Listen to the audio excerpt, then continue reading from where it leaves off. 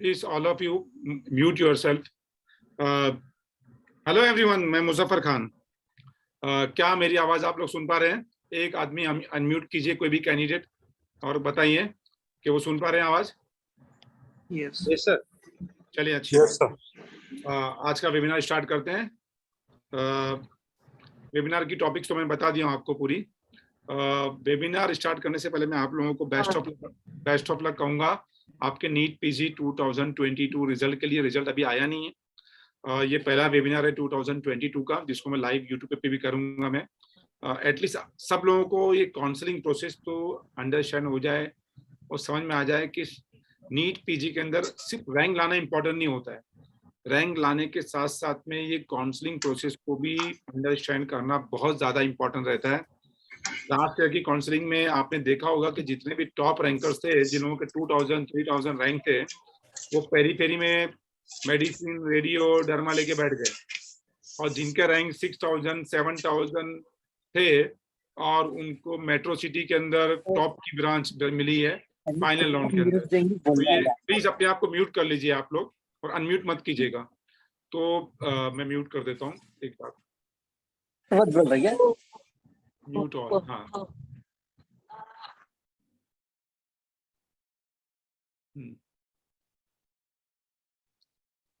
तो ये रैंक लाना सिर्फ इंपॉर्टेंट नहीं होता है, जो रैंक आएगा आएगा। काउंसलिंग प्रोसेस को भी अंडरस्टैंड करना बहुत ज्यादा इंपॉर्टेंट होता है। नीट पीजी की जो काउंसलिंग होती है, मैं पहले आपको अंडरस्टैंड कराऊंगा। वो 3 टाइप्स की होती है। कितने टाइप्स की होती है? 3 टाइप्स की। एक तो होता है कि 50% जितनी भी गवर्नमेंट कॉलेजेस की सीट रहती है, 50% पूरे इंडिया की जितने भी गवर्नमेंट कॉलेजेस की सीट रहती है, वो ऑल इंडिया काउंसलिंग में जाती है, वहां से फिलअप होती है। डीएनबी की जितनी भी सीटें होती है, नेशनल बोर्ड ऑफ एग्जामिनेशन की, जिसके 2 होते हैं। एक तो डिप्लोमा होता है 2 इयर्स का, जो न्यूली इंट्रोड्यूस हुआ है, और एक पोस्ट एमबीबीएस का 3 इयर्स का डिग्री कोर्स होता है, जो एमडी एमएस के इक्विवेलेंट है। वो सारी काउंसलिंग जो होती है वो एमसीसी करती है, director general of health services, वहां से ऑल इंडिया से होती है। डीम यूनिवर्सिटी जितनी भी है पूरे इंडिया के अंदर, जो ऑटोनोमस बॉडी है, उसकी भी काउंसलिंग कहाँ से होती है? ऑल इंडिया से होती है। तो पहली जो काउंसलिंग जो होता है वो ऑल इंडिया के थ्रू होता है। पहला काउंसलिंग मतलब ना 3 टाइप्स की जो काउंसलिंग होती है। सेकंड जो काउंसलिंग होता है वो अपने स्टेट काउंसलिंग से होता है। अब स्टेट काउंसलिंग में क्या क्या आते हैं? 50% गवर्नमेंट कॉलेजेस की सीट आती है, 100% प्राइवेट कॉलेज जो होती है, जो गवर्नमेंट कॉलेज जो भी रहती है, जो लोकल जो यूनिवर्सिटी रहती है उसके अंडर में रहती है। जैसे महाराष्ट्र के अंदर जितने भी प्राइवेट कॉलेज है, सुमैया, तेरणा, काशीबाई नावले, विखे पाटिल, हाँ, उल्लास पाटिल, माईमार, मिमसार, एनकेपी सालवे, ये सारी जो आती है एमयूएचएस के अंडर में आती है। और उसकी जो काउंसलिंग कौन करेगी? स्टेट गवर्नमेंट करती है। तो जो सेकंड काउंसलिंग जो होती है वो स्टेट के थ्रू होती है। और थर्ड क्या होता है मालूम? क्या थर्ड? वो आप एडमिशन ले सकते हैं, जिसको हम ओपन स्टेट कहते हैं। कि अगर आपके मार्क्स थोड़े अच्छे नहीं आए और आप ओपन स्टेट में जाके एडमिशन लेना चाहते हो, ओपन स्टेट के अंदर सिर्फ आपको प्राइवेट कॉलेज में एडमिशन मिलेगा, गवर्नमेंट कॉलेज में एडमिशन नहीं मिलेगा। अगर गवर्नमेंट कॉलेज में एडमिशन लेना है तो आपको स्टेट काउंसलिंग के थ्रू लेना पड़ेगा, या तो ऑल इंडिया काउंसलिंग के थ्रू लेना पड़ेगा। ये बात को पहला क्लियर कर लो आप। तो ये 3 टाइप की मैंने आपको बताया, ये 3 टाइप की ही काउंसलिंग प्रोसेस होती है। और ये मान लो मेरी बात, ये काउंसलिंग प्रोसेस रोलर कोस्टर की जैसा होता है। जिन लोगों ने 2021 के अंदर काउंसलिंग प्रोसेस में पार्टिसिपेट किया होगा उनको मालूम होगा कि ये कितना अप्स एंड डाउन्स 2021 के अंदर ऑल इंडिया काउंसलिंग के रूल्स चेंज हुए, और रूल्स को जो चेंज हुए थे उसको कैसा इंप्लीमेंट करना था, कैसा काउंसलिंग कराना था, वो ना एमसीसी को पता था, ना कोई भी स्टेट काउंसलिंग को पता था। तो उन लोगों ने क्या किया, 2021 के जो कैंडिडेट थे उन पे एक्सपेरिमेंट करा। जब हम एक्सपेरिमेंट नहीं करते कि गिनी पिग बना के एक्सपेरिमेंट करते, कोई भी ड्रग्स वगैरह नहीं इन्वेंट करते हैं, वैसा वो लोगों ने 2021 वाले कैंडिडेट पे एक्सपेरिमेंट किया। और जितनी भी उस पे जो लूप होल थे, जितनी भी मिस्टेक थी, उसको उनको मालूम पड़ गया है अभी। अब वो काउंसलिंग कैसा करेंगे मैं बताऊंगा आप लोगों को। अभी वो काउंसलिंग में वो अगर लोग ने अपनी चेंजेस नहीं किया तो सेम सिचुएशन आएगी जैसे 2021 के अंदर पहली फर्स्ट टाइम ऐसा हुआ कि 1500 के अबाव सीट वेकेंट रह गई है, जिसमें क्लिनिकल सीट भी है, डीएनबी की टॉप कॉलेजेस की भी सीट है, वो वेकेंट रह गई है। वैसा ही हो सकता है। तो ये काउंसलिंग प्रोसेस को आपको समझना बहुत जरूरी है। मैं पूरा अपना आप लोगों का एक्सपीरियंस के हिसाब से काउंसलिंग प्रोसेस का थोड़ा हाईलाइट दिखाऊंगा मैं। और ये बहुत सारे वेबिनार्स मेरे रहेंगे यूट्यूब चैनल पे, मेरे वीडियोस अपलोड करूंगा कि मैं आपको एटलीस्ट काउंसलिंग प्रोसेस समझ में आ जाए और आपको ये पता चल जाए कि आपके रैंक के ऊपर जब रैंक डिक्लेयर हो जाएगा तो आपको कौन सी कॉलेज मिल रही है। पहला हमने बता दिया मैंने आपको कि 3 टाइप्स की होती है। अब आते हैं ऑल इंडिया काउंसलिंग के अंदर क्या रूल्स है, काउंसलिंग कैसा होती है, वो मैं पहले आपको एक्सप्लेन करता हूँ। मैं ऑल इंडिया काउंसलिंग के अंदर कोई भी डोमिसाइल नहीं होता है, कोई भी पार्टिसिपेट कर सकता है कैंडिडेट, कोई भी स्टेट का कैंडिडेट पार्टिसिपेट कर सकता है, कोई डोमिसाइल का रूल नहीं होता है। ऑल इंडिया पार्टिसिपेट करने के लिए ऑल इंडिया काउंसलिंग के अंदर 4 राउंड होते हैं। कितने राउंड? 4 राउंड, फर्स्ट, सेकंड, एक मॉप अप और एक स्टे वैकेंसी राउंड। आप ऑल इंडिया काउंसलिंग में फर्स्ट राउंड में पार्टिसिपेट मतलब रजिस्ट्रेशन करके पार्टिसिपेट कर सकते हैं, सेकंड राउंड में पार्टिसिपेट कर सकते हैं, मॉप अप राउंड में पार्टिसिपेट कर सकते हैं अगर आपने पहले पार्टिसिपेट नहीं किया है आपने, और स्टे वैकेंसी राउंड जो होता है उसमें आप पार्टिसिपेट नहीं कर सकते। ऑल इंडिया काउंसलिंग के अंदर फर्स्ट राउंड जो रहता है वो फ्री एग्जिट रहता है। फ्री एग्जिट मतलब अगर आपको कोई सीट मिलती है फर्स्ट राउंड के अंदर, और ऑल इंडिया काउंसलिंग में हर टाइम आपको चॉइसेस फिल करना रहता है। आपने जो चॉइस फिल किया रहेगा जो फर्स्ट राउंड के अंदर, वो सेकेंड राउंड के अंदर नन एंड वाइड हो जाएगी। मतलब वो चॉइसेस को आपको हर राउंड के लिए वापस से चॉइस फिल करना रहेगा। फर्स्ट राउंड में जो चॉइस फिल कर रहेंगे आपने वो खत्म हो जाती है। फर्स्ट राउंड फ्री एग्जिट रहता है, मतलब ऑल इंडिया काउंसलिंग में आपको जब आप पार्टिसिपेट करते हैं, रजिस्ट्रेशन करते हैं, तो एक सेक्रेटरी डिपॉजिट पे करना रहता है। सेक्रेटरी डिपॉजिट जो रहता है पे करना रहता है। वो सेक्रेटरी डिपॉजिट अगर आपको सीट सेकंड राउंड में अलाउड होती है, फर्स्ट राउंड फ्री एग्जिट, तो फर्स्ट राउंड में कोई सीट अलाउड होती है तो आप उसको लीव कर सकते हैं, छोड़ सकते हैं, तो आपका सेक्रेटरी डिपॉजिट फोरफिट नहीं होएगा। मगर अगर सेकंड राउंड में या मॉप अप राउंड में आपको सीट मिलती है आप छोड़ते हो, और स्टे वैकेंसी राउंड में सीट मिलती है आप छोड़ते हो, तो आपका सेक्रेटरी डिपॉजिट जो पे करेंगे वो नहीं मिलेगा बराबर। तो फर्स्ट राउंड में फ्री एग्जिट बोले तो कि आप सीट जो आपको अलॉट होगी आप उसको नहीं ले सकते हैं, आपका सेक्रेटरी डिपॉजिट फोरफिटेड नहीं होएगा। फर्स्ट राउंड फ्री एग्जिट है। सेकेंड राउंड में अगर आपको सीट मिलती है तो आप उसको लेने के बाद छोड़ नहीं सकते, सिक्योर करने के बाद, एडमिशन लेने के बाद छोड़ नहीं सकते हैं। तो सेकेंड राउंड में बहुत ज्यादा प्रिकॉशन करके आपको पार्टिसिपेट करना, और सेकेंड राउंड के बाद अपग्रेड भी नहीं होता है। सेकेंड राउंड में ऑल इंडिया काउंसलिंग में सीट ले लिए तो फंस गए ना, स्टेट काउंसलिंग से बाहर, ऑल इंडिया काउंसलिंग में मॉपअप में भी अपग्रेड नहीं। समझे बात आपको? तो आपको सेकंड राउंड में बहुत सोच समझ कर चॉइस फिलिंग करना रहेगा, जो 100% चाहिए वो डालना रहेगा। जब बाद में इसके बारे में मैं बहुत सारे वीडियो बना के एक्सप्लेन करूंगा, एक तो भी हाईलाइट दे रहा हूँ आप लोगों को मैं काउंसलिंग का। उसके बाद फर्स्ट राउंड में आपने फ्री एग्जिट लिया, अगर नहीं लिया, अगर आपने सीट ले लिया, आप अपग्रेड के लिए जा सकते हैं। अगर आपका अपग्रेड नहीं हुआ तो फर्स्ट राउंड में जो सीट आपकी थी वो फिक्स हो जाएगी। ये भी समझ में आता। फर्स्ट राउंड में एडमिशन अगर सीट अलाउड थी, एडमिशन लिया, अपग्रेड के लिए गए, अपग्रेड नहीं हुआ, फर्स्ट राउंड की सीट फिक्स, आप छोड़ नहीं सकते उसको, वो सेकंड राउंड का रूल आ जाएगा। तो ऑल इंडिया काउंसलिंग को समझना बहुत ज्यादा इंपॉर्टेंट है। उसके बाद सेकंड राउंड में आपको सीट मिल गई, ले लिए, आप अपग्रेड नहीं कर सकते, मॉपअप के लिए पार्टिसिपेट नहीं, कोई भी स्टेट में पार्टिसिपेट नहीं कर सकते हैं, आपका एडमिशन प्रोसेस उधर ही खत्म हो गया।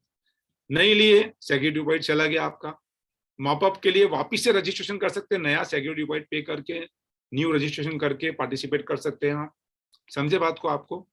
अगर आपने सीट मिली थी और नहीं लिया तो, और मॉपअप के अंदर आपको कोई सीट अलाउड होती है, अगर उसको नहीं लिया आपने तो सेक्रेटरी डिपॉजिट चला गया। मॉपअप में भी सीट अलाउड होगी तो आपका अपग्रेड नहीं होएगा। मॉपअप राउंड जो ऑल इंडिया का होता है सिर्फ उसी लोग एलिजिबल होते हैं जिनको कोई भी स्टेट काउंसलिंग में सीट नहीं मिली रहती है। समझ लीजिए बात आपने, कोई भी स्टेट काउंसलिंग में जिनके हाथ में सीट ऑन हैंड नहीं रहती वो एलिजिबल रहते हैं। फिर मॉपअप राउंड में जो चॉइस फिलिंग करना, हर राउंड में चॉइस फिलिंग करना, मॉपअप राउंड में जो चॉइस फिलिंग करते हैं ना आप, वही चॉइस फिलिंग आपकी कैरी फॉरवर्ड होती है स्टे वैकेंसी राउंड के अंदर।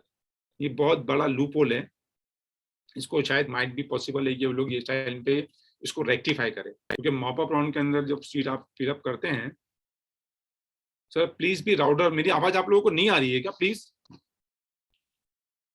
आ रही है आवाज। ओके, अपने आप को म्यूट कर लीजिएगा। हाँ, तो मॉपअप राउंड में अगर आपको कोई सीट अलाउड होती है तो भी फिक्स हो जाती है, और मॉपअप राउंड में भी आप उसको पिछले वैकेंसी राउंड में अपग्रेड नहीं कर सकते हैं।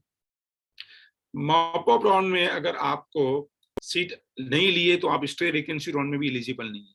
तो ऑल इंडिया काउंसलिंग के अंदर आपको सोच समझकर पार्टिसिपेट करना बहुत जरूरी है। मैं बहुत सारे और भी प्रोग्राम लूंगा, मैं समझाऊंगा, एक्सपो एक्सप्लेन करूंगा, क्योंकि मैं पहले ही कह रहा हूं मैं कि रैंक आ गया आपका, रैंक 2000 3000 आप खुश हो गए, मगर जरूरी नहीं कि 2000 कैपिटलाइज नहीं करा आपने, अच्छी ब्रांच अच्छी कॉलेज नहीं लिया तो मतलब क्या हो रैंक का।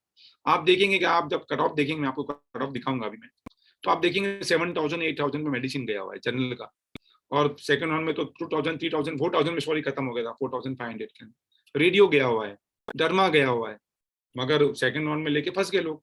तो आपको ये काउंसलिंग को बहुत सही से समझना है और अच्छे से पार्टिसिपेट करना है काउंसलिंग के अंदर।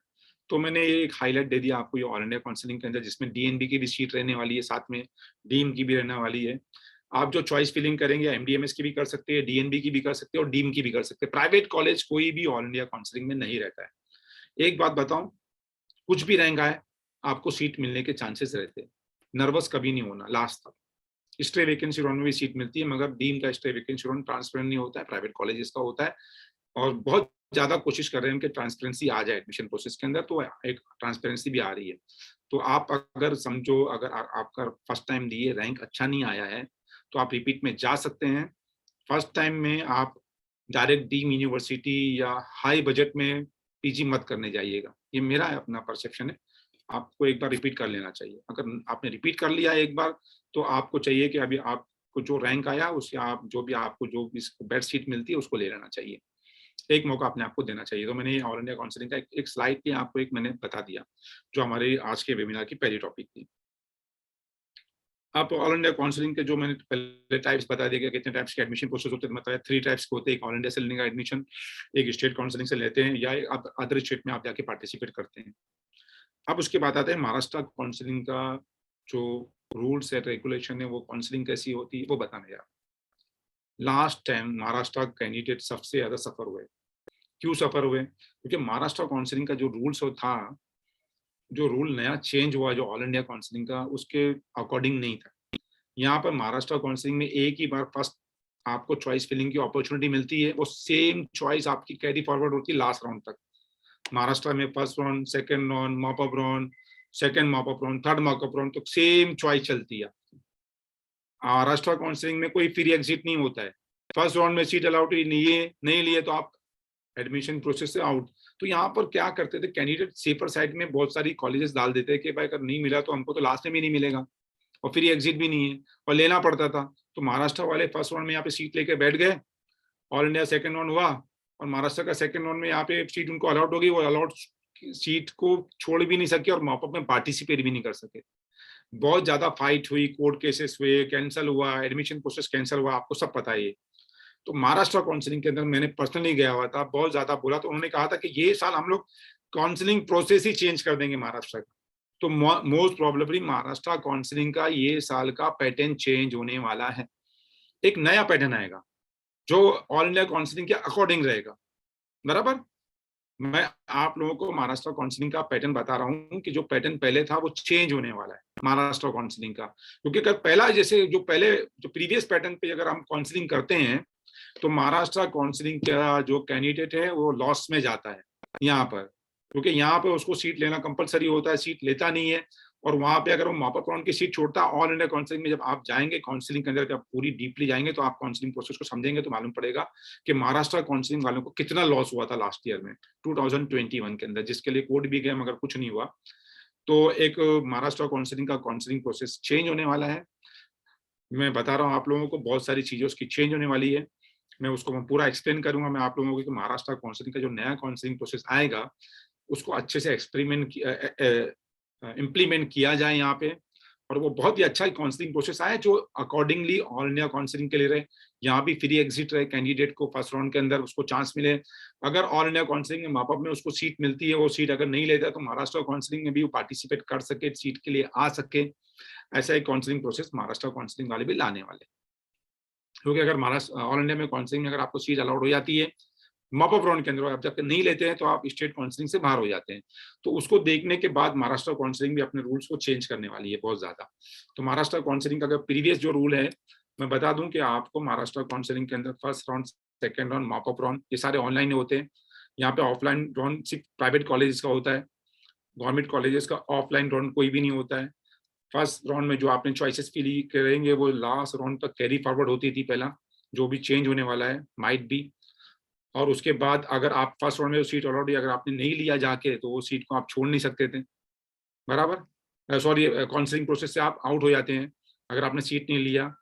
और उसके बाद अगर सेकेंड राउंड के बाद अगर आप छोड़ना चाहो तो नहीं छोड़ सकते थे महाराष्ट्र काउंसलिंग के अंदर। तो ये महाराष्ट्र काउंसलिंग के रूल्स को भी मैं, जब ये नया रूल आएगा तो बहुत अच्छे से एक्सप्लेन करूंगा मैं आप लोगों को कि महाराष्ट्र काउंसलिंग का रूल्स भी आप एकदम फेयर एंड ट्रांसपेरेंट आप समझ जाए पूरी तरह, कि आप लोगों को काउंसलिंग प्रोसेस के अंदर तो कोई प्रॉब्लम ना हो। एटलीस्ट काउंसलिंग तो आप अच्छे से कर सके, आपको पूरा आइडिया आ जाए।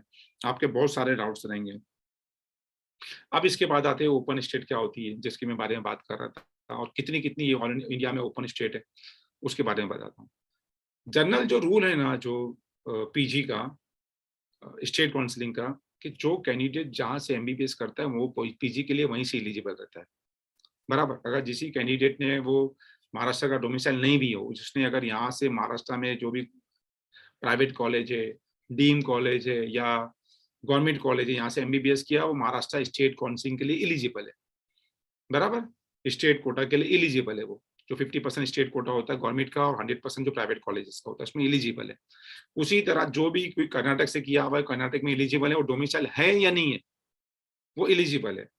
मगर बहुत सारी महाराष्ट्र जो गवर्नमेंट है ये क्या करती है, सिर्फ उन लोगों को एलिजिबल रखती है जिन लोगों ने यहाँ से एमबीबीएस किया है, या तो 15% कोटे से एमबीबीएस किया है गवर्नमेंट कॉलेजेस से। महाराष्ट्र का डोमिसाइल कैंडिडेट है मगर उसने एमबीबीएस महाराष्ट्र से नहीं किया, और उसके बाद 15% ऑल इंडिया से कोटे से नहीं किया, फॉरेन से करके आया है या कोई बाहर से करके आया है प्राइवेट कॉलेज से, तो वो पीजी के लिए एलिजिबल यहाँ पे नहीं है महाराष्ट्र के अंदर। तो महाराष्ट्र को ऐसी स्टेट जो पीजी के लिए दूसरे कैंडिडेट को, स्टेट वालों को लेती नहीं, उसको क्लोज स्टेट बोलते हैं। क्या बोलते हैं? क्लोज। और जो दूसरे कैंडिडेट वालों को भी लेती है तो उनको ओपन स्टेट बोलते हैं। जैसे गुजरात भी हो गई, गुजरात भी किसी भी बाहर वाले कैंडिडेट को नहीं लेती है, वही कैंडिडेट एलिजिबल है जिन लोगों ने गुजरात से एमबीबीएस किया हुआ है। बराबर, जैसे महाराष्ट्र में जिन लोगों ने एमबीबीएस किया वही एलिजिबल है। और जो स्टेट दूसरे कैंडिडेट को भी लेती है, और दूसरा कैंडिडेट सिर्फ प्राइवेट कॉलेज के लिए जा सकता है। जैसे फेमस है कर्नाटक हो गया, यूपी हो गया जिसमें प्राइवेट कॉलेजेस बहुत ज्यादा है, तेलंगाना हो गया, आंध्रा हो गया, राजस्थान हो गया, ऐसी सारी जितनी भी स्टेट है ये सारी ओपन स्टेट है। यहाँ पे भी जाके आप पार्टिसिपेट कर सकते हैं प्राइवेट कॉलेजेस के लिए। किसके लिए? प्राइवेट, गवर्नमेंट कॉलेजेस के नहीं। तो वो स्टेट काउंसलिंग के थ्रू आपको रजिस्ट्रेशन करना पड़ता है, वहां पार्टिसिपेट करना पड़ता है। वो कब? जब आपका रैंक अच्छा नहीं आएगा। आपको देखो जैसे ही रैंक आएगा मैं आपको सारे कट ऑफ जितने भी है मेरी वेबसाइट पे, जितने मेरे प्राइम मेंबर्स रहेंगे उनको फ्री मिल जाएगा सारा। और जितने भी लोग हैं वो एक नॉमिनल चार्ज पे करके सारे कट ऑफ ले सकते हैं। सारे कट ऑफ उनको मिल जाएंगे, हर स्टेट वाइज का भी मिल जाएगा, ऑल इंडिया का भी मिल जाएगा, कॉलेज वाइज भी मिल जाएगा। और वो कट ऑफ लेने के बाद उनको एक आइडिया आ जाएगा कि ये जो हमारा रैंक आया है, कि मार्क्स इंपॉर्टेंट नहीं है। अभी जो हम सोच रहे हैं कि इतने मार्क्स आएंगे, इतने कोई मतलब नहीं है। रैंक आने के बाद आपको मालूम पड़ जाएगा कि भाई हाँ 10,000 रैंक है, क्या मिलने वाला है। महाराष्ट्र में अगर रेडियो किसको करना है, डरमा करना है तो प्राइवेट में मिलेगा भाई, गवर्नमेंट में नहीं मिलेगा, उसको मालूम पड़ जाएगा। कैटेगरी भी बहुत ज्यादा इंपॉर्टेंट है। अगर आपकी, अब देखिए लास्ट टाइम पे ईडब्ल्यूएस वालों को, कैंडिडेट को ऑल इंडिया में बहुत ज्यादा बेनिफिट हुआ। अगर अभी भी कोई EWS candidate all India counselling में, आप अपनी कैटेगरी को चेंज नहीं कर सकते। अभी जो लोगों ने फॉर्म भरने के टाइम ईडब्ल्यूएस डाल दिया, ओबीसी डाल दिया, सिर्फ वही रहने वाले। अभी आप कैटेगरी अपनी चेंज नहीं कर सकते। हाँ, महाराष्ट्र काउंसलिंग में रजिस्ट्रेशन के टाइम आप कैटेगरी चेंज कर सकते हैं अपनी आप, मगर ऑल इंडिया में चेंज नहीं कर सकते आप। तो इसी तरह कैटेगरी के हिसाब से भी आपको रैंक मालूम पड़ जाएगा, तो आपको एक आइडिया आ जाएगा कि आपको कहाँ पे पार्टिसिपेट करना है। बराबर, तो वो स्टेट पे आप फोकस कर सकते हैं। हर स्टेट काउंसलिंग की आपको फीस मालूम पड़ जाएगी। प्राइवेट कॉलेज में क्या फीस है, डीम कॉलेजेस में क्या फीस है, हिडन चार्जेस क्या है, ये सारी मेरी वेबसाइट पे भी मालूम पड़ जाएगी। और हर हर प्लेटफॉर्म पे भी आपको अवेलेबल रहेगी। बहुत सारे लोग इसके बारे में इंफॉर्मेशन देते हैं, कोई फ्री देते हैं, कोई पेड सर्विस रहती है, मगर सारी इन्फॉर्मेशन आपको मिल सकती है पूरी। आप वो इन्फॉर्मेशन ले सकते हैं, क्या बॉन्ड है, कौन से स्टेट में क्या बॉन्ड है, क्या स्टाइपेंड मिलती है, सारी मेरी भी वेबसाइट पे रहेगी। और मेरे प्राइम मेंबर्स को सारी चीजें फ्री मिलेगी।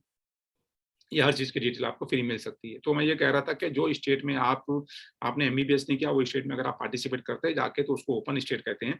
और वो स्टेट में भी आप जाके पार्टिसिपेट कर सकते हैं। यूपी हो गया, तेलंगाना हो गया, आंध्रा हो गया, कर्नाटका हो गया, राजस्थान हो गया। मध्य प्रदेश तो लेता नहीं है, बाद में लेता है सेकंड राउंड के बाद, और मोस्टली फर्स्ट प्रायोरिटी अपने स्टेट वालों को देता है। ऐसा करके आप पार्टिसिपेट कर सकते हैं। बिहार हो गया, ये सारी स्टेट में आपको सीट मिल सकती है। जिसपे बहुत सारी फेमस स्टेट जो बता रहा हूं आपको मैं, तेलंगाना, कर्नाटका, यूपी, आंध्रा, जिसमें आपको 30,000, 40,000, 50,000 भी मेडिसिन की सीट एक बजट में मिल जाती है। लो बजट में आपको मेडिसिन, गर्मा, रेडियो मिल जाता है आपको।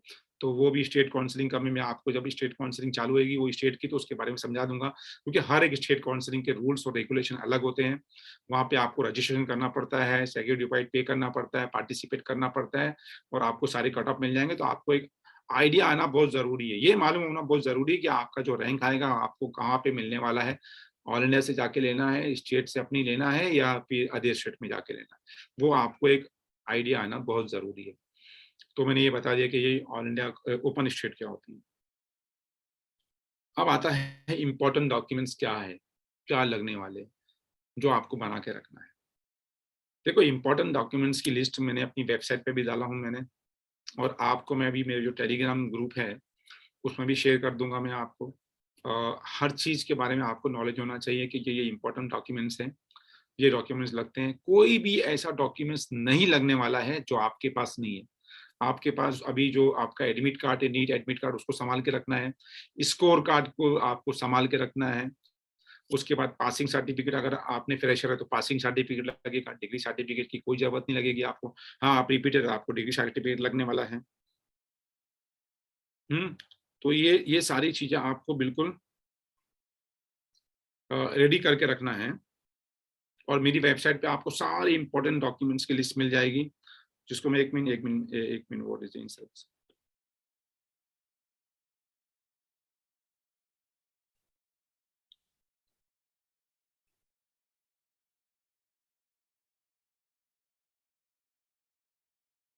हाँ, मैं एक इंपॉर्टेंट डॉक्यूमेंट्स की जो लिस्ट है मैं आपको दे रहा हूँ।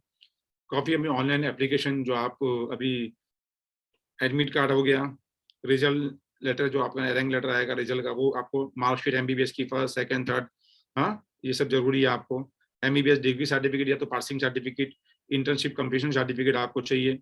आपकी इंटर्नशिप 31/7/2022 से पहला कंप्लीट होना चाहिए। परमानेंट प्रोविजन रजिस्ट्रेशन जो है एनएमसी से आपने किया हुआ, या लोकल जो है एमएमसी जो रहती है, मेडिकल काउंसिल, मतलब जो लोकल मेडिकल काउंसिल उधर से आपने किया हुआ है। Certificate of institute showing that medical council, जो आपका जो है, जो कॉलेज हो एमसीआई रजिस्टर्ड है, एनएमसी रजिस्टर्ड है। स्कूल लिविंग सर्टिफिकेट चाहिए, और आइडेंटिटी प्रूफ चाहिए, और मेडिकल बिजनेस सर्टिफिकेट जो बताया। अगर आप कास्ट से बिलोंग करते हैं तो कास्ट सर्टिफिकेट हो गया, बराबर। तो ये सारी चीजें आपको बहुत ज्यादा एसेंशियल डॉक्यूमेंट्स लगता है। ईडब्ल्यू अगर मैं तो ईडब्ल्यू सर्टिफिकेट लगेगा। ऑल इंडिया का कास्ट सर्टिफिकेट अलग से आता है। ऑल इंडिया कास्ट सर्टिफिकेट के अंदर वैलिडिटी वगैरह लगता नहीं है, नॉन क्रीमी चाहिए। तो ये सारे आपके पास इसेंशियल डॉक्यूमेंट्स लगते हैं। माइग्रेशन सर्टिफिकेट आप बाद में भी सबमिट कर सकते हैं, ट्रांसफर सर्टिफिकेट आप बाद में भी दे सकते हैं। अगर जिसको बाहर अभी देखना, रैंक अच्छा नहीं आया है, आपको दूसरी स्टेट में जाना है, तो आप माइग्रेशन सर्टिफिकेट पहले ही निकाल लीजिएगा, ट्रांसफर सर्टिफिकेट पहले ही अपने इंस्टीट्यूट से ले लीजिएगा। ये सारी चीजें आपको ले लेना है एग्जाम के बाद, रिजल्ट के बाद। जैसे आपको मालूम पड़ गया कि रिजल्ट अच्छा नहीं आया, तो माइग्रेशन, अगर दूसरी स्टेट में जाना तो माइग्रेशन सर्टिफिकेट आप पहले से निकाल के रख लीजिएगा। माइग्रेशन सर्टिफिकेट, क्या डॉक्यूमेंट्स लगने वाले हैं, जितने भी जो टॉप के आपको जो काउंसलिंग की जितने भी मतलब के बेनिफिशियरी जितने भी हैं चीजें लगने वाली है, वो सारी मेरी वेबसाइट पे अवेलेबल है। माइग्रेशन सर्टिफिकेट कैसा निकाला जाता है वो मैंने आर्टिकल लिख के डाला हूँ, सारे आर्टिकल्स वहाँ पे अवेलेबल है, आप ले सकते हैं। इवन टॉप कॉलेजेस की सारी लिस्ट अवेलेबल है। 2020 के अकॉर्डिंग 2021 के अंदर मैं अभी फ्रेश जितने भी नियर अबाउट मेरे पास 1000 JR1 JR2 JR3 के नंबर्स हैं।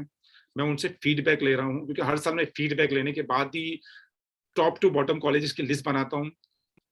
ट्रेन अलग रहता है, तो वो फीडबैक लेने के बाद उसकी टॉप टू बॉटम सीट आपको पूरी लिस्ट डीएनबी की, एमडीएमएस की आपको मिल जाएगी मेरी वेबसाइट के ऊपर, जिसके ऊपर वर्क अभी चालू है। क्योंकि अभी अभी वो गए हैं जितने भी हैं JR1 JR2, उनको अभी तक टाइम नहीं मिल पा रहा है, तो वो अभी अपना फीडबैक देंगे। वो फीडबैक के अकॉर्डिंग टॉप कॉलेजेस की लिस्ट वगैरह रिजल्ट से पहले पहले, ये काउंसलिंग से पहले पहले सब चीज आपको मेरी वेबसाइट पे अवेलेबल मिल जाएगी। जिसके चार्ज लेते हैं, कोई भी काउंसलर आपको चार्ज लेता है, वो आपको सारी चीज फ्री मिल जाएगी मेरी वेबसाइट पे। आपको टॉप कॉलेजेस के लिए सारी चीज मिल जाएगी। हाँ, तो अभी ये हमने एक देख ली है कि important document required PG admission, ये भी हमने देख लिया। अभी एक्सपेक्टेड कट ऑफ रैंक क्या जाने वाला है, ये बहुत ज्यादा इंपॉर्टेंट आता है कि एक्सपेक्टेड कट ऑफ रैंक क्या जाने वाला है, वो मैं आपको एक आइडिया देने वाला हूँ। देखिए, एक्सपेक्टेड कट ऑफ रैंक जो है ना, जो लास्ट ईयर का जो ऑल इंडिया रैंक आप देखेंगे ना, वो जरूरी नहीं कि वैसा ही जाए, मगर ओपन कैंडिडेट को लास्ट टाइम भी बहुत डराया गया था कि ईडब्ल्यूएस कोटा आ गया, ओबीसी कोटा आ गया, ओपन को कुछ नहीं मिलेगा। और मैंने भी पहले मेरे, अगर आप वीडियो देखेंगे मेरे यूट्यूब चैनल पे आके सर्च करके, तो मैंने डाला था कि क्या इम्पैक्ट आएगा ओबीसी ईडब्ल्यूएस रिजर्वेशन आने के बाद। जो मैंने इम्पैक्ट बताया था वही इम्पैक्ट 100% गया। लोगों को फियर था कि बहुत ज्यादा कि ओपन को सीट नहीं मिलेगी, ऐसा कुछ भी नहीं हुआ। जब आप फाइनल कट ऑफ देखोगे 2021 का, तो आपको मालूम पड़ेगा कि ओपन को भी सीट मिलती है ओबीसी को भी मिलती है, ईडब्ल्यूएस को भी मिलती है। हाँ, ईडब्ल्यूएस वाले को ज्यादा बेनिफिट मिला, मगर ओपन और ऐसा भी नहीं था कि ओपन वालों को सीट ही नहीं मिली, खत्म ही हो गए ओपन वाले, ऐसा कुछ नहीं होता है, ओपन में भी सीट मिलती है। तो एक्सपेक्टेड कट ऑफ जो लास्ट ईयर का था -5%, 10%, आप -5% पकड़ लो, अप एंड डाउन करके सेम रहने वाला है आपके पास। कोई इतना आपको फियर करने की जरूरत नहीं है कि आपको सीट नहीं मिलने वाली है, सीट मिलती है, अभी बता रहा हूँ, इतना फियर आपको लेने की जरूरत नहीं है। तो वही सेम कट ऑफ जाने वाला है। हाँ, अब महाराष्ट्र स्टेट काउंसिलिंग के अंदर एक प्रॉब्लम ऐसा आ गया, प्रॉब्लम कैसा आ गया, प्रॉब्लम इसको तो नहीं कह सकते कि जो इन सर्विस कोटा था पहला महाराष्ट्र में, वो डिप्लोमा में था कि 50% डिप्लोमा की जो सीट थी वो इन सर्विसेज कैंडिडेट को रहती थी। फिर डिप्लोमा की सीट सब इन्होंने कन्वर्ट करके एमडीएमएस कर दी है। तो वो लोगों ने बहुत ज्यादा बोल रहे थे हमारी तो सीटें खत्म हो गई, तो इन लोगों ने एनबीए जो अपना डिप्लोमा चालू किया उसमें इन सर्विस कोटा डाले, तो महाराष्ट्र में वो भी नहीं आया। तो महाराष्ट्र वालों के लिए बहुत डिमांड थी इन सर्विस कैंडिडेट की, तो इन सर्विस कैंडिडेट का 25% कोटा आ गया है इन सर्विस का गवर्नमेंट कॉलेजेस में।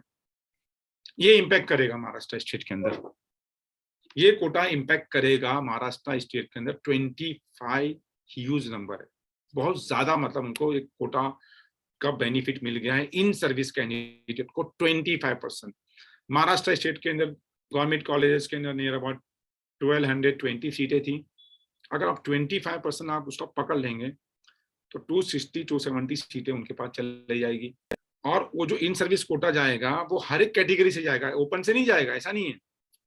मैं एग्जांपल देता हूँ आपको, समझो अगर 1000 सीट है महाराष्ट्र स्टेट काउंसिलिंग में, 1000 सीट में से 400 सीट थी पहला ओपन को, 600 सीट थी कैटेगरी को, जिसपे 600 का ब्रेकअप दे रहा हूँ आप लोगों में।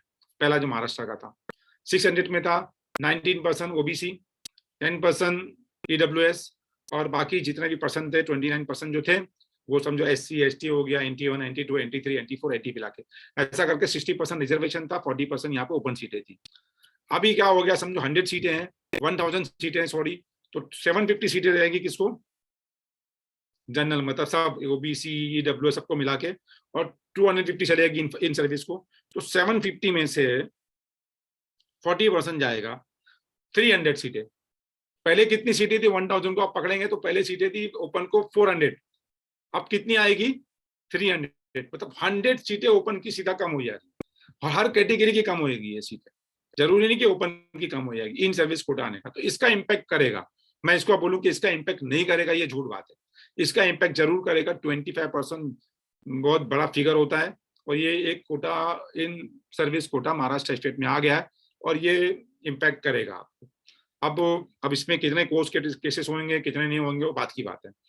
तो ये एक चीज हो गई है जो उसका इम्पैक्ट होगा।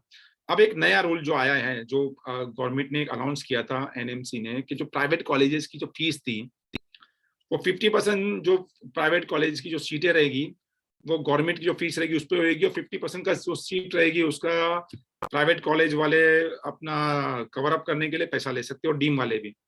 ये रूल पे बहुत ज्यादा यहाँ पर 2022 की काउंसलिंग में प्रॉब्लम आने वाला है।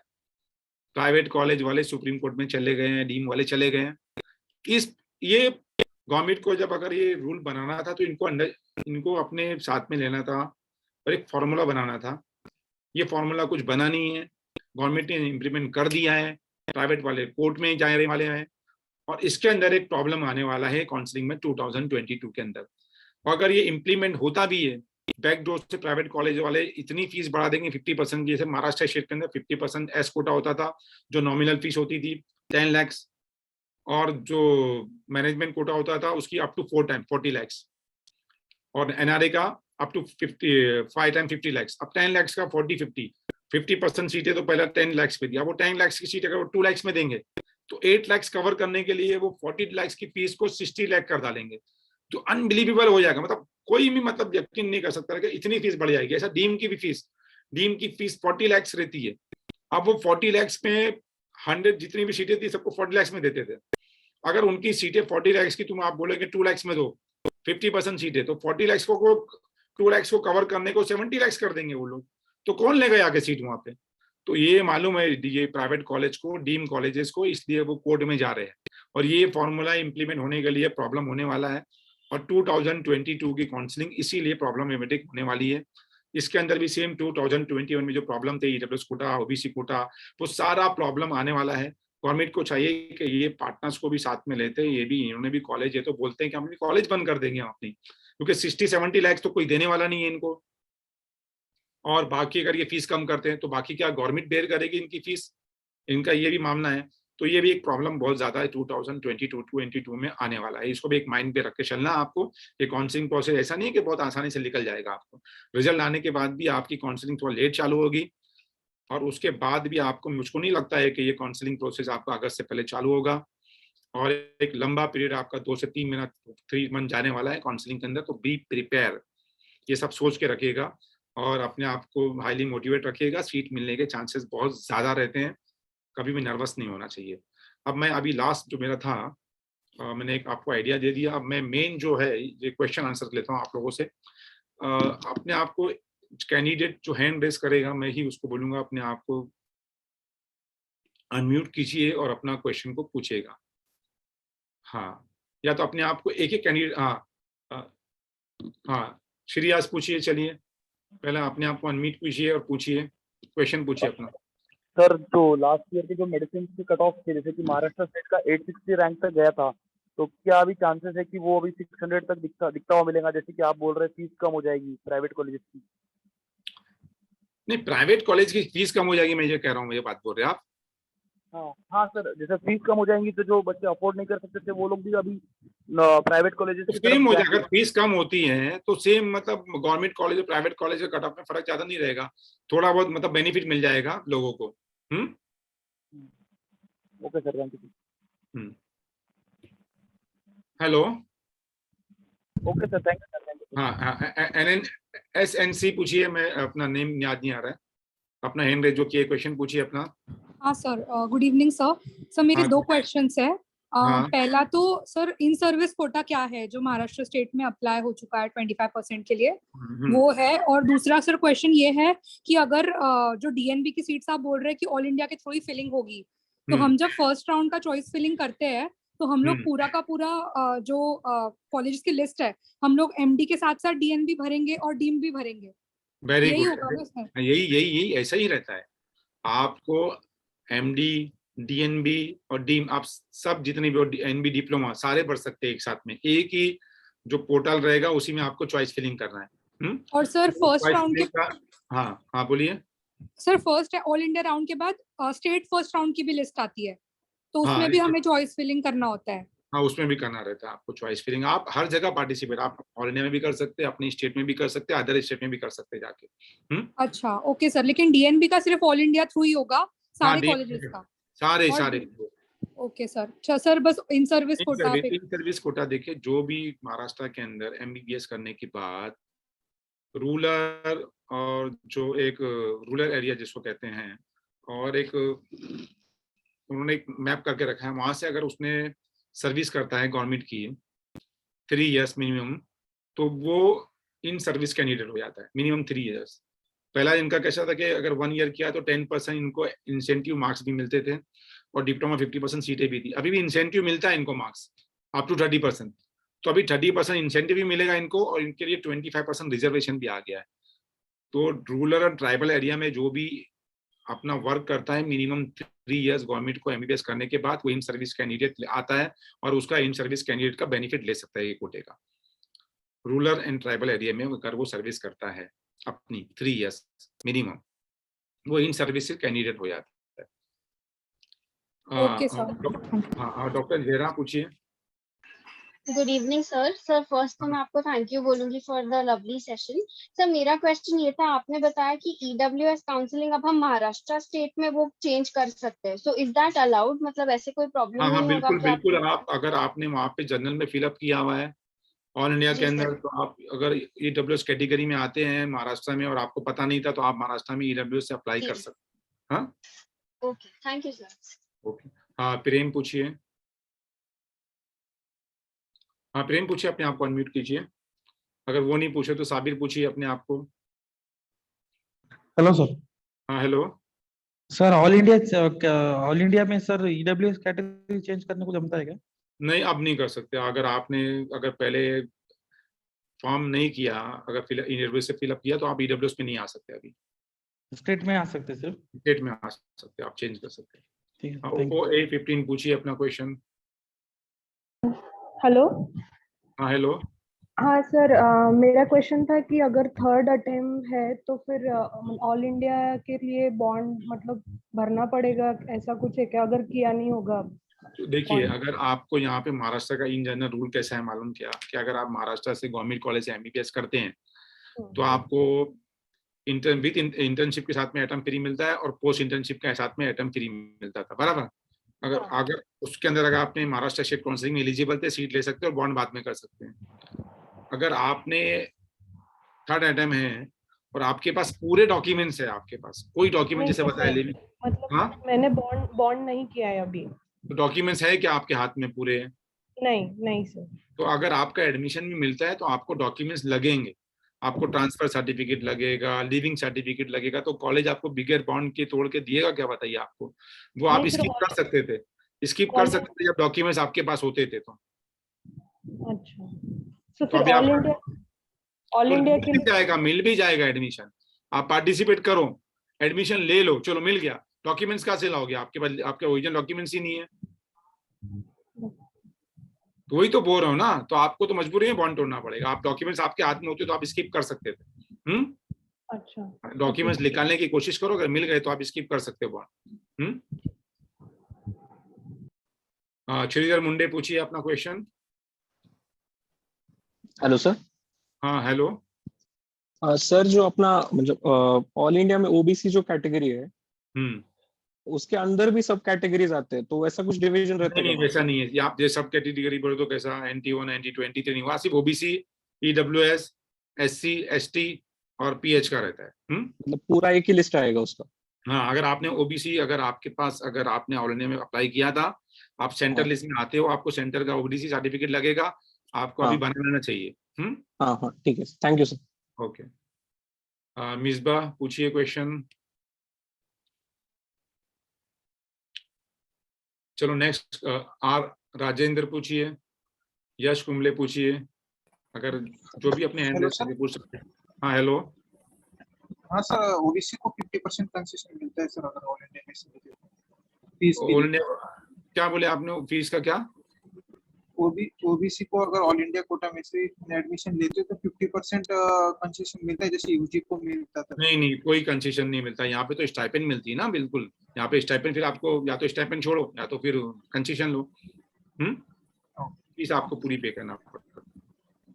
सर गुड इवनिंग, मेरा क्वेश्चन है सर, हम्म डीम यूनिवर्सिटी में 2 ही कोटा है, एक मैनेजमेंट कोटा और एक एनआरआई कोटा। बिल्कुल और सही कहा आपने, 2 ही कोटा होता है, जिसका नाम एक MNG होता है, जिसको बोलते हैं मेरिट एंड पेड सीट, जिसको हम MNG कोटा बोलते हैं। और उसमें कोई भी डीम यूनिवर्सिटी से रिजर्वेशन नहीं होता। 85% MNG कोटा होता है, जनरल कोटा जिसको कहते हैं, और 15% NRI कोटा होता है। अच्छा सर, और प्राइवेट में 3 कोटा होगा क्या सर, मेरिट, मैनेजमेंट और एनआरआई? बिल्कुल, प्राइवेट में 3 होता है। एस कोटा होता है, 50% सीटें जो होती है एस कोटे में आती है, 35% मैनेजमेंट कोटे में आती है, और 15% NRI कोटे में आती है। Thank you sir. हाँ हेलो सर। हाँ हेलो। सर मुझे ये पूछना था कि काउंसलिंग आप बता सकते हैं कितने डिले हो सकता है, कितना दिन अभी और लग सकता है?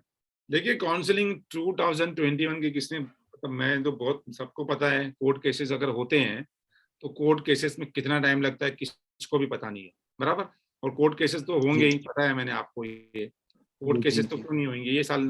अभी बहुत से लोग इन सर्विस के लिए जा रहे हैं, पहला कोर्ट में केस करने के लिए, बहुत से लोग फीस के लिए जा रहे हैं, तो कोर्ट केसेस तो मतलब एज एक्सपेक्टेड आप कोर्ट केसेस पकड़ के चलो आप।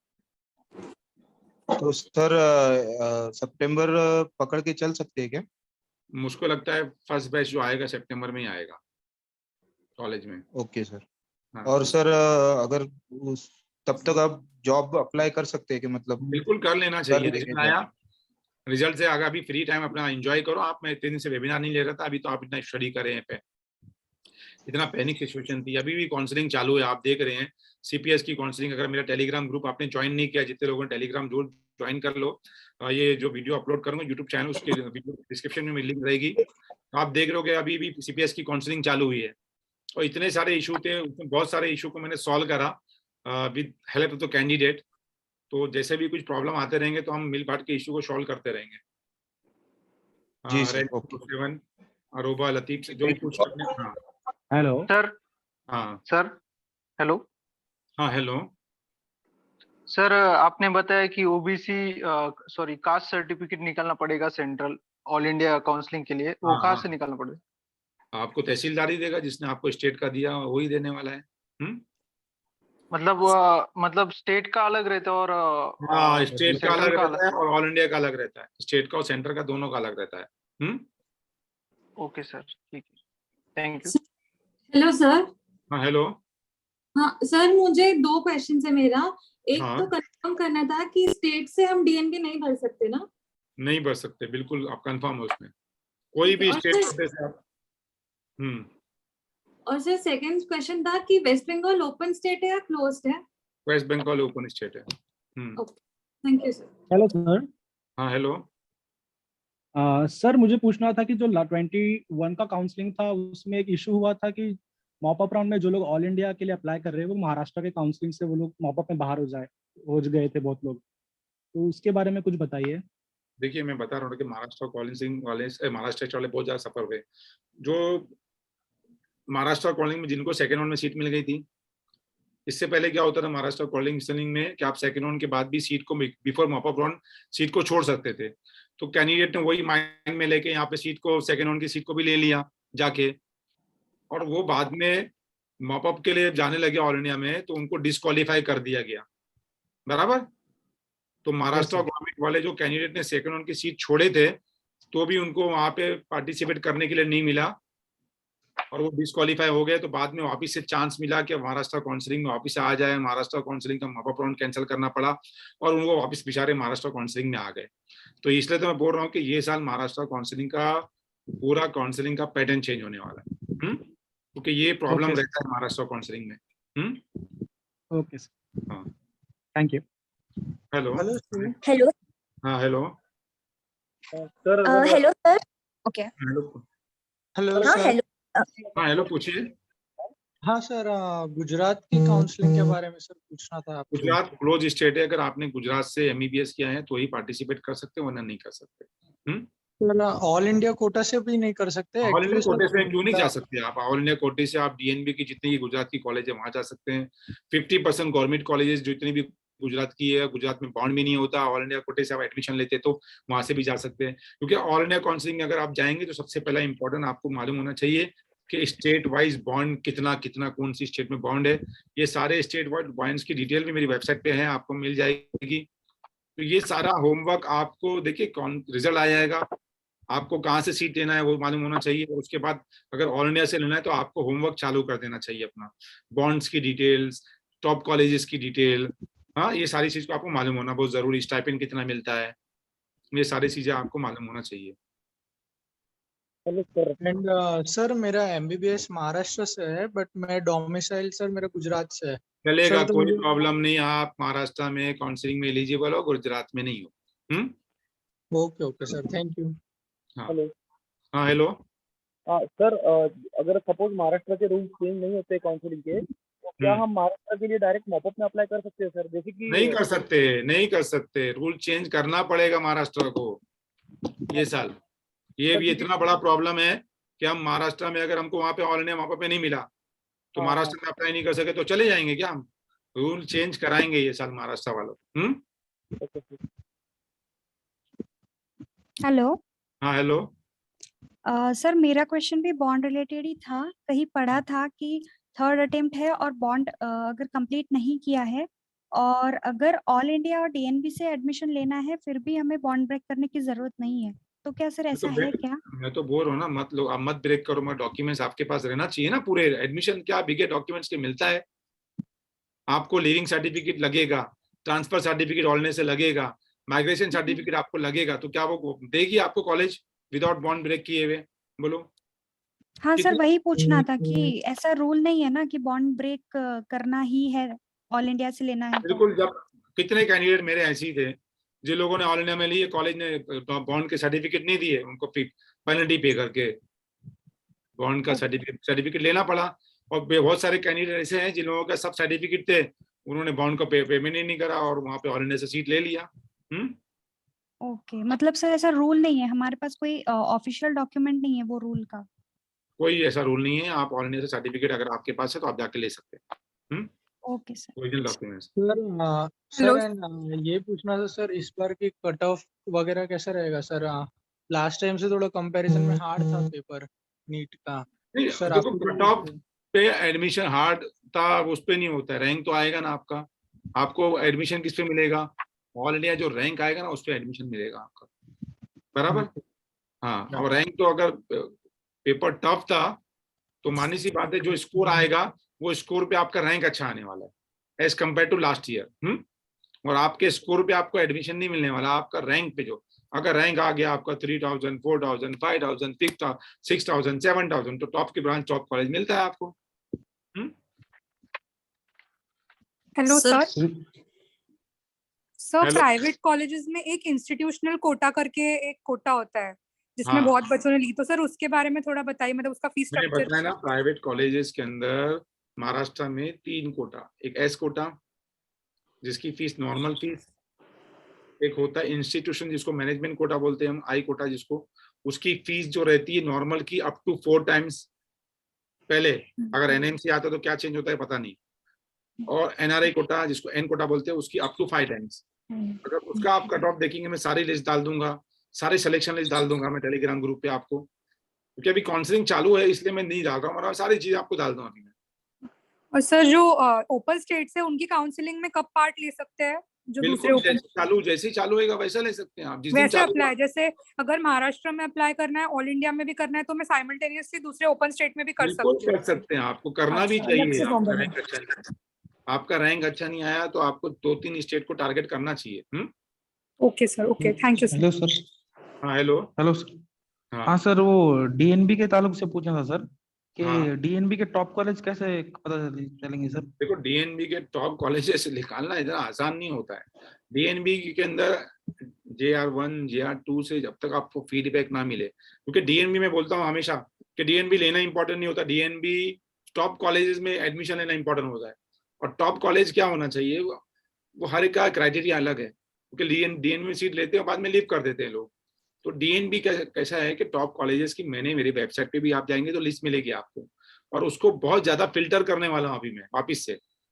मेरे पास ऑलमोस्ट हुआ था ना 1000 से ज्यादा JR1 JR2 के नंबर्स है, सब कुछ है। अभी मुझसे सबसे ले रहा हूँ, फीडबैक ले रहा हूँ, सारी चीजें ले रहा हूँ मैं, और वो फीडबैक आने के बाद उसको वापिस से मैं रेक्टिफाई करूंगा। आपको भी चाहिए कि रिजल्ट के बाद मैं वो नंबर भी शेयर कर दूंगा, तो आप भी उनसे पूछ लीजिएगा व्हाट्सएप पे, टेलीग्राम पे, फेसबुक पेज पे। आप जो वहाँ पे एडमिशन लिया हुआ है जिनको, उनसे रिव्यू लेके आप एक लिस्ट बना सकते हैं, और मेरी लिस्ट को भी कंसिडर कर सकते हैं, जो आपको फ्री मेरी वेबसाइट पे अवेलेबल रहेगी। सर महाराष्ट्र में पुणे मुंबई के ऑल कॉलेज डीएनबी कॉलेज अच्छे है क्या? देखिए डीएनबी कॉलेजेस मतलब ऐसा नहीं है कि अच्छे नहीं होते, डीएनबी बहुत अच्छे इंस्टीट्यूट रहते हैं, MD MA से भी अच्छे रहते हैं बहुत सारे। मुंबई के सर ऑल वैसे अच्छे है क्या? हाँ अच्छे ही है भाई, बिल्कुल अच्छे ही है। डीएनबी के सारे, कोकिलाबेन हो गया, नानावटी हो गया, लीलावती हो गया, पीजे हिंदुजा हो गया, सारे। फिर यहाँ पे गवर्नमेंट के इंस्टीट्यूट भी बहुत सारे हैं, सारे अच्छे हैं, बहुत अच्छे हैं। सर तेलंगाना ओपन स्टेट है क्या सर? हाँ तेलंगाना ओपन स्टेट है। सर डीएनबी में एनआरआई कोटा आप ही पूछेंगे प्लीज, अभी नहीं, डीएनबी में कोई मैनेजमेंट और एनआरआई कोटा नहीं होता है। हाँ सर बॉन्ड है कि नहीं कैसे मालूम चलेगा? बॉन्ड है कि नहीं वो सारी लिस्ट मेरी वेबसाइट पे मिल जाएगी, आपको सारी चीजें मिल जाएगी।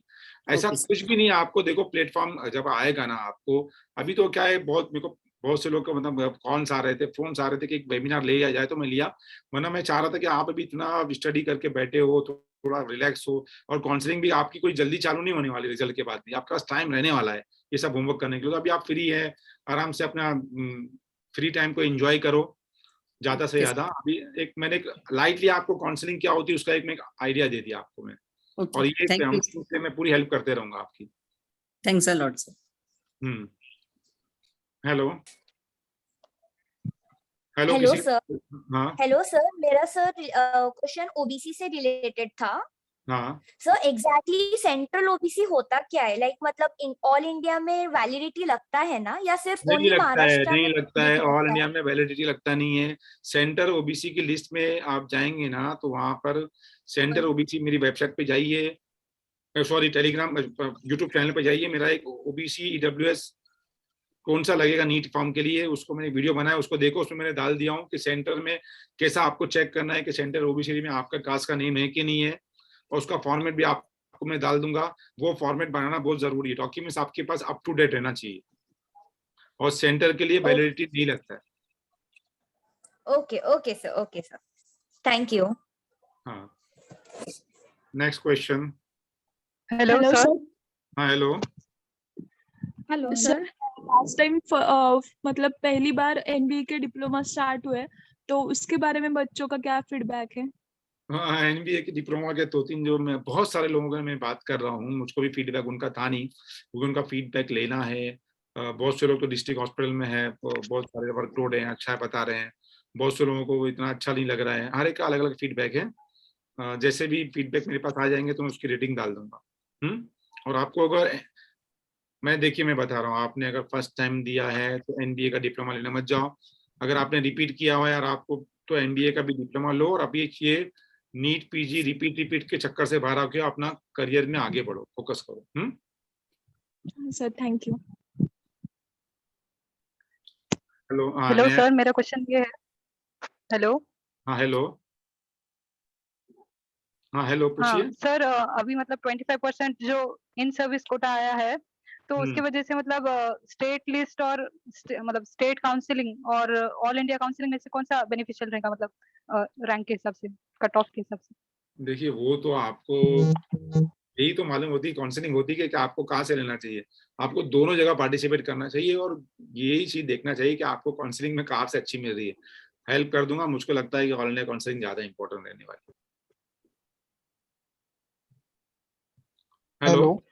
हाँ सर, एनबीए डिप्लोमा के बाद सेकेंडरी डीएनबी कर सेकेंडरी सकते हैं? 100% कर सकते हैं, 100%। चलिए अभी मैं इसको लास्ट क्वेश्चन लेता हूँ, वेबिनार को क्लोज करते हैं। सर आपने ये काउंसलिंग सर्विसेज में 3 कैटेगरीज डाली है, तो उसमें उत्तर प्रदेश, तेलंगाना और ये मध्य प्रदेश, वो ऐसा क्यों अलग, क्योंकि कर्नाटका, उत्तर प्रदेश और तेलंगाना, उसमें क्या फर्क है? देखिए कैसा है कि मेरे जो काउंसलिंग की सर्विसेज है, एक जो बेसिक पैकेज है जिसमें ऑल इंडिया और महाराष्ट्र स्टेट कवर होता है। अब अगर आप कोई दूसरी स्टेट में जाना चाहेंगे, 3 स्टेट जो मैंने डाला हूँ, तेलंगाना हो गया, उसके बाद कर्नाटक हो गया, यूपी हो गया, तो उसके लिए आपको अलग से वेबिनार्स रहेंगे, आपके लिए अलग से सर्विसेज रहेगी, अलग से कट ऑफ रहेगा उसका, उसके टॉप कॉलेजेस की लिस्ट रहेगी, वो आपको अलग से प्रोवाइड की जाएगी। मगर वो ऑल इंडिया में कवर नहीं होता, वो अलग से आएगा। नहीं, स्टेट देखो, कोई भी प्राइवेट कॉलेज जो होती है वो ऑल इंडिया में नहीं जाती है। आप जब कट ऑफ देखेंगे ना यूपी का, तो आप हैरान रह जाओगे, 40,000 50,000 में भी एमडी मेडिसिन मिलता है वहां पे। और महाराष्ट्र से कम फीस में मिलता है। तेलंगाना का भी ऐसी है, आंध्रा का भी ऐसी है। आंध्रा की फीस 15-20 लाख फीस में मिलता है मेडिसिन, रेडियो, डर्मा वहां पे। तो आपको ये मालूम होना बहुत जरूरी है कि आपको आपके बजट में कौन सी स्टेट में कहाँ से अच्छा मिलेगा आपके रैंक के अकॉर्डिंग। सर आप जो सर्विसेज देते हो सर, उसमें सर आप पूरा डिटेल में कवर कर दोगे कि मतलब ये कॉलेज में ऐसा है, ये कॉलेज में ऐसा? मैं सर्विस जो देता हूँ उसका बेटर यही है कि जिसने मेरी सर्विस पहले कभी लिया है, इतने साल से कर रहा हूँ, उससे फीडबैक ले लो पहला, क्योंकि मैं बहुत जल्दी अपना ग्रुप क्लोज कर देता हूँ। टेलीग्राम पे बहुत सारी रिक्वेस्ट आती है, मैं लिमिटेड लोगों को लेता हूँ। मैं अपनी बात, जब भी मैं कोई ये मैं यूट्यूब पे अपलोड करने चाह रहा था, मैं कभी एडवर्टाइजमेंट नहीं करता हूँ अपना। थोड़े लोगों को लिए, उनका एडमिशन हो गया, तो बहुत ज़्यादा हैप्पीनेस मिलता है, क्योंकि ये काउंसलिंग प्रोसेस ऐसा रहता है कि जिसके अंदर बहुत सारे अप्स एंड डाउन्स रहते हैं। लिमिटेड लोगों को लेके जब तक उनका एडमिशन नहीं हो तो मुझको भी सेटिस्फाई नहीं रहता है। तो ये बहुत लंबा प्रोसेस चलता है, जिसमें सारी चीज में जो डालता हूँ उससे 10 टाइम ज्यादा चीजें आपको मिलती है। जब आप लेंगे तो जिसने लिया रहेगा उससे फीडबैक ले लीजिएगा, पूछ लीजिएगा, मालूम पड़ हाँ जाएगा। सर, वो तो पता ही है सर, आपका नाम तो पहले से सुना ही है सर काउंसलिंग में, बट ये था कि सर पर्सनली आप थोड़ा देख पाओगे कि नहीं, बस। पूरा देखना, मैं इसलिए लिमिटेड लोगों को लेता हूँ कि भाई लिमिटेड लोगों को लो, उनको उनकी कॉल्स अटेंड करो, उनके डाउट्स क्लियर करो, उनके एडमिशन में हेल्प करो। आप ज्यादा लोग को लेंगे तो आप किसी को भी हेल्प नहीं कर पाओगे। तो लिमिटेड लोग, जिस दिन हो गए, खत्म हो गया काउंसलिंग प्रोसेस हमारा, मैं एंड कर देता हूँ। फिर मोस्टली कोशिश करता हूँ कि जो मेरा टेलीग्राम ग्रुप है उसमें उनको भी गाइड मिले, उनको भी पूरा हर चीज उनको भी मतलब मालूम पड़े, उनको भी क्या क्या बेनिफिट मिले, हर चीज मिले उनको भी। मगर मानी सी बात है कि प्राइम ग्रुप में थोड़ा एक्स्ट्रा मिलता है, और जो एक जनरल है, आप जनरल में कितने लोगों की कॉल सुन सकते हैं। हेलो हेलो हेलो सर, ये डीम यूनिवर्सिटी की गुड इवनिंग सर। सर ये डीम कॉलेजेस के लिए जो एडमिशन के लिए जो फीस जो भरनी पड़ती है सर, और प्रोसेस के लिए सर, वो रिफंडेबल होती है और कितनी अमाउंट होती है? बिल्कुल रिफंडेबल होती है, और 2 से 3 मंथ लगता है। अभी देखो, अभी लोगों ने जो पहले अभी 2021 में जिन्होंने सिक्योरिटी डिपॉजिट पे किया था उनको अभी तक रिटर्न नहीं आया है। तो आप पकड़ के चलो, आप भी जो सिक्योरिटी डिपॉजिट पे करेंगे या उसको 4-5 मंथ लगेगा। अब काउंसलिंग एंड होने के 1 मंथ बाद मिलता है। अभी तो काउंसलिंग एड हुई है इनकी, किसकी, 2021 वालों की। अब उसके 1 मंथ के बाद मिलेगा। तो आपकी काउंसलिंग कब एंड होगी, उसके बाद आपको सिक्योरिटी डिपॉजिट रिटर्न मिलेगा। तो सर अलग से अमाउंट भरनी पड़ती है क्या सर? उसकी 25,000 अलग से ऑल इंडिया की, और इसकी ऑल इंडिया 25,000 50% गवर्नमेंट कॉलेज के लिए, 2 लाख दिन के लिए अलग से बना रहता है। और अगर 2,05,000 अगर आप भरते हो तो आप सब कवर कर सकते हो उसमें। 2 lakh. Hello and Maharashtra state में सर कितने मेडिकल कॉलेजेस है, मतलब अपना मेडिसिन, या फिर उसका कट ऑफ किस हिसाब से रहेगा सर? लास्ट ईयर के हिसाब से कितना होगा approx cut off? Approx cut off अभी आप पकड़ लो, जो लास्ट ईयर था उससे 25% आप पकड़ लो कि थोड़ा 25% नहीं आएगा। जितना भी लास्ट ईयर था उसका 15% तो फर्क पड़ने वाला है, 15%, क्योंकि 25% इन सर्विस कोटा में चली जाएगी ना सीटें तो। Hello hello sir. हेलो हाँ सर, मुझे पूछा था कि एमबीए डिप्लोमा का थोड़ा like can you tell me about MBA diploma, मतलब उसमें क्या है एंड नया क्या है मतलब उसमें? सेम है एनबीए, बस ये है कि आपको जो क्या बोलते हैं थीसिस जो रहता है वो नहीं करना रहता है, 2 इयर्स का रहता है। 2 इयर्स में आपको जो आप सीख लो उसका सेकेंडरी डीएनबी कर लो और 2 इयर्स और लगा लो। सर डिग्री एमबीए की मिलती है मतलब? नेशनल बोर्ड एग्जामिनेशन की डिग्री मिलेगी, उसके बाद आप सेकेंडरी डीएनबी कर सकते हैं, वैलिड है, रिकॉग्नाइज है पूरे इंडिया के अंदर। चलिए, ऑल द बेस्ट आप लोगों के लिए नीट रिजल्ट के लिए। ये वेबिनार हम कंटिन्यू करेंगे बाद में भी, और आपको मेरे यूट्यूब चैनल पे आप मेरी सर्विसेज लेते हो या नहीं लेते हो, आपको ऑल इंडिया में रजिस्ट्रेशन कैसा करना है उसको वीडियो मिल जाएगा, चॉइस फिलिंग कैसा करना है उसका वीडियो मिल जाएगा, वेबसाइट पे सारे कट ऑफ्स वगैरह पेड वाले भी रहेंगे, फ्री वाले भी रहेंगे, वो मिल जाएंगे, आर्टिकल सारे फ्री मिल जाएंगे। जितना हो सके आपको मैं गाइड करने की कोशिश करूंगा मेरे यूट्यूब वीडियो के जरिए, आर्टिकल के जरिए। और आपको कोई इशू भी आएंगे, बहुत सारे इशू जो आए थे 2021 में, उसको भी सॉल्व करने की कोशिश करूंगा। इस तरीके से हम एक पूरी काउंसलिंग में पार्टिसिपेट करेंगे 2021 के अंदर या 2022 के अंदर। All the best to all of you for NEET result. Thank you so much sir. So